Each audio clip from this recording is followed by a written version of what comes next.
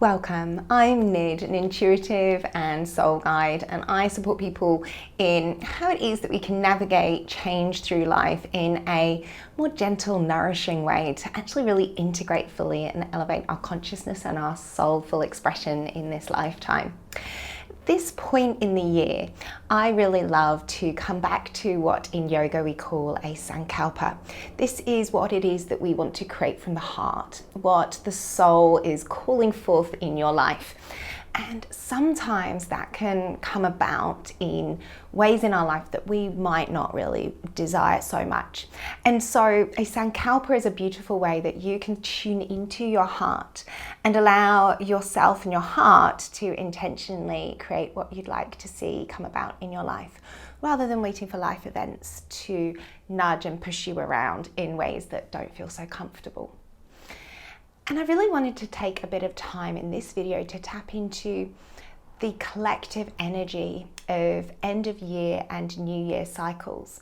So you may not be someone who particularly feels that New Year's resolutions and goal setting is for you, but this is a really useful 2-month period in which we can start to connect into the closing of an energetic period collectively and opening of a new dawn, and placing in there our sankalpa, our heartfelt intention for what we'd like to see as a collective, and within that our individual part as a contributor to that collective energy.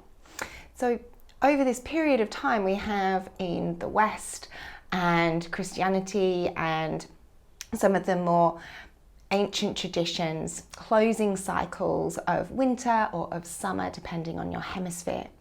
And in China and some other cycles, we have a slightly different time frame of a closing of a year and a new cycle. And astrologically, we're also moving towards the closing of a year in February. And so this is a really powerful time in which we can start to review and tune into the heart and what are those heartfelt intentions, and give yourself some time to open up to possibilities of what may come next through the heart and hope. I always offer my Embodied Sankalpa at this time of year. It's a gentle 5-part process that you can do in 5 days, or you can take 5 weeks to do it, to help you tune into your Sankalpa and move into the feeling state that it is that you want to create within yourself, and therefore reflect and reverberate out into the world. So why is this collective energy so important? Well, the more of us that are tuning into shifting our energy, what it is that we're trying to create at the same time, the more collectively there is moving us in this new direction. And it's very easy to get sucked into the stories of fear, the stories of disaster and drama. And, you know, they make really great Hollywood movies.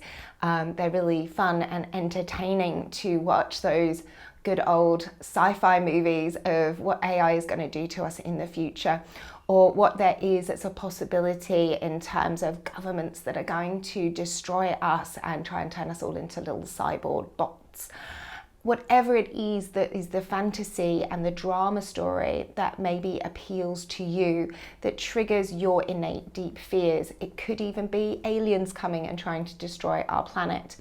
What these fears are doing is trying to energize you into action, to try to energize and lift up into your heart and actually really tune into what it is that your heart is calling for, it longs to experience in this life. And so we want to utilize whatever those fears are and transmute them all the way up into that heart space.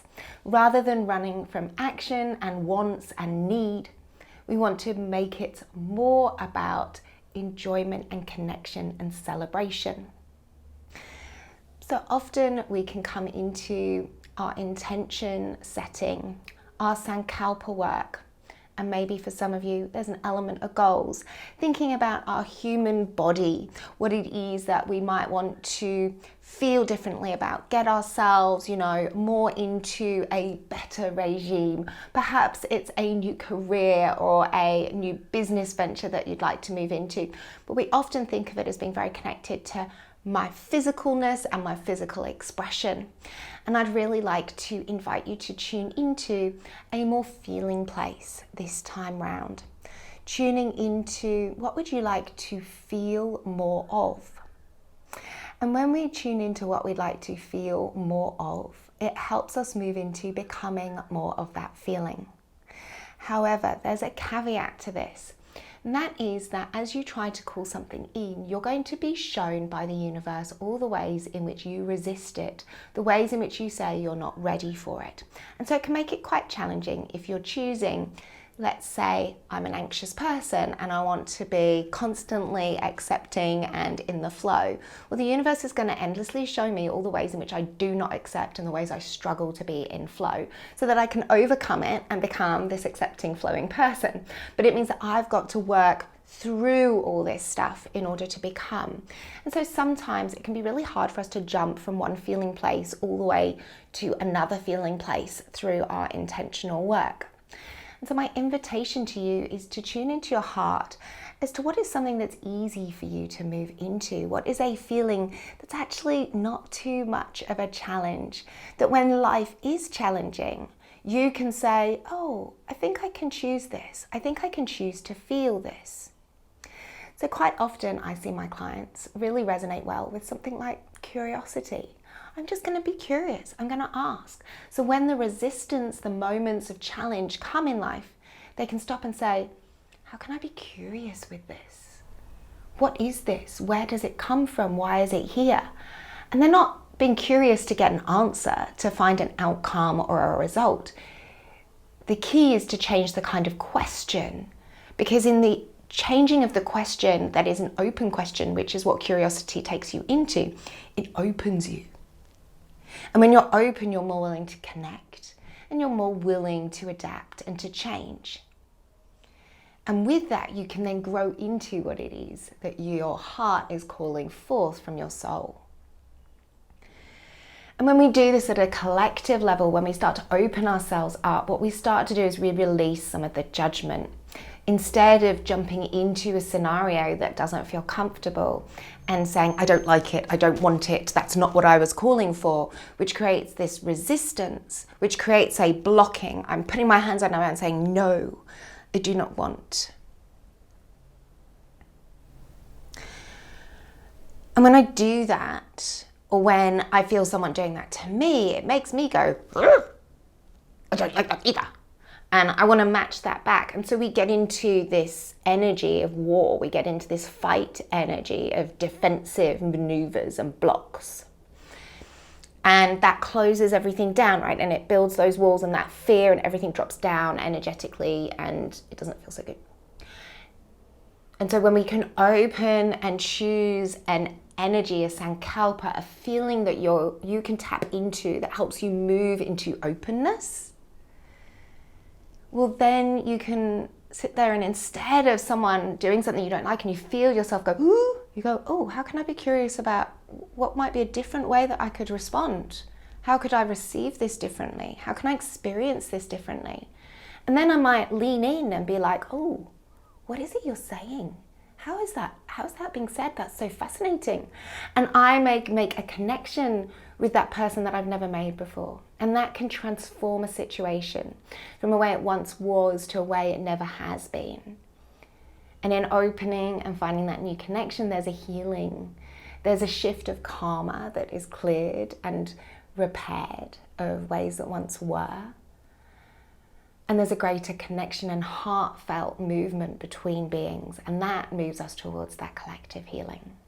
And when we're all doing it in the energy of setting new intentions, and we've got that momentum of the collective behind us over these few months, it's a really beautiful opportunity to do this with others, with all of us growing together and stepping forwards. And that is a huge foundation for hope. A huge, hopeful sign of the level of transformation that we are here to be and to move through together at this time. And this year requires us to really dig into our perseverance strength. And that comes from setting a sankalpa, setting that heartfelt intention of feeling differently in every way, in every moment that you can choose, consciously and proactively. throughout this year.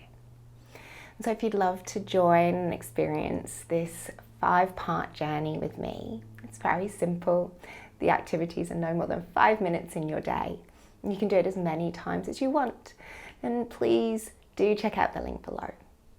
You'll be delivered an email with a video and a worksheet each day, relevant for you to move through using whichever tools, video or worksheet aligns best with the way in which you process and can move through. Have a most wonderful year, and I look forward to connecting with you throughout 2024.